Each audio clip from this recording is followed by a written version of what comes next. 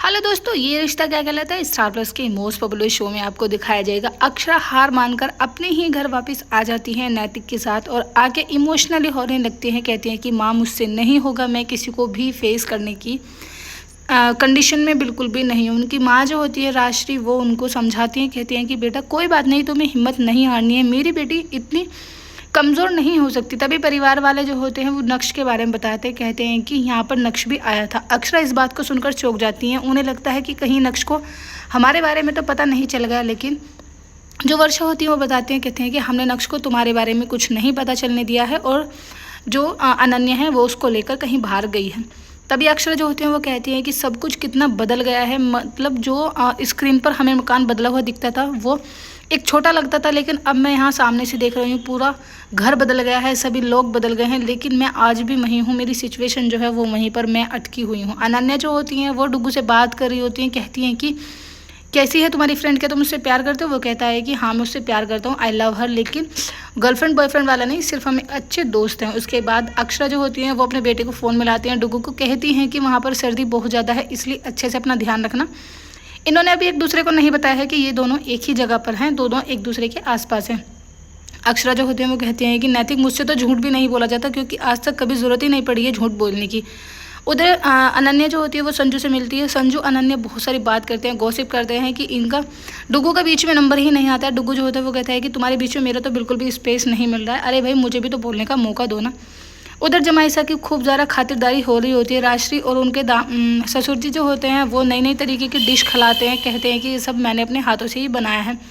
उधर अक्षरा जो होती हैं वो अपनी दादी माँ की गोद में लेट जाती हैं और उनका सिर सहरा रही होती हैं, कहती हैं कि दादी माँ सब कुछ कितना बदल गया है ना, कि कैसे कैसे परिवार दूर दूर होते चले जाते हैं। तभी दादी जो होती हैं वो कहती हैं कि बेटा तुझे पता है कि मुझे बेस्ट दादी का जो अवार्ड है वो मिला था। तभी अक्षरा जो होती हैं वो बहुत ज़्यादा खुश होती हैं, कहते हैं कि ये बात तो तुमने मुझे नहीं बताई।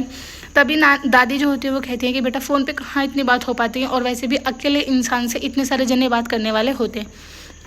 उधर करिश्मा, नमन, भाभी माँ, दिव्यानी जो सभी होते हैं वो चीकू के बर्थडे की तैयारी कर रहे होते हैं, लेकिन भाभी माँ साफ साफ कह देती है कि सिर्फ चीकू के बर्थडे में नायरा ही आएगी, बाकी और कोई नहीं आएगा, क्योंकि उस टाइम उसने वो फैसला लिया था जो उसके हाथ नहीं था। उसने मुझसे वो हक भी छीन लिया था और आज मैं उससे ये वाला हक छीन लूँगी। आज मैं जो फैसला लूँगी वो सभी को मानना होगा।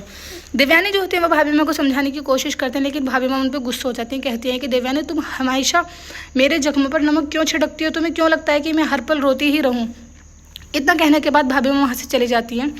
राजपन्ना जो होते हैं वो दिव्यानी पर ही गुस्सा करने लगते हैं, कहते हैं कि तुम उनके लिए मरहम बनो ना, तुम उनके जख्मों पर नमक मत छिड़को। दिव्यानी जो होती है वो समझाती हैं, कहती हैं कि हम ऐसा नहीं कर रहे हैं, हम चाहते हैं कि परिवार में जो दूरियां हैं वो सब खत्म हो जाएं, क्योंकि नक्श का बर्थडे है, उसके नानी नाना का आना भी तो बहुत ज़रूरी है ना। क्या उसे नक्श को ये नहीं लगेगा कि मेरे नानी नाना क्यों नहीं आए? उसने यहाँ बचपन में सब कुछ देखा हुआ है कि कैसे दोनों परिवार एक साथ ही रहते थे। अगर अब उसने इस बात पर सवाल उठाया तो उसका जवाब कौन देगा?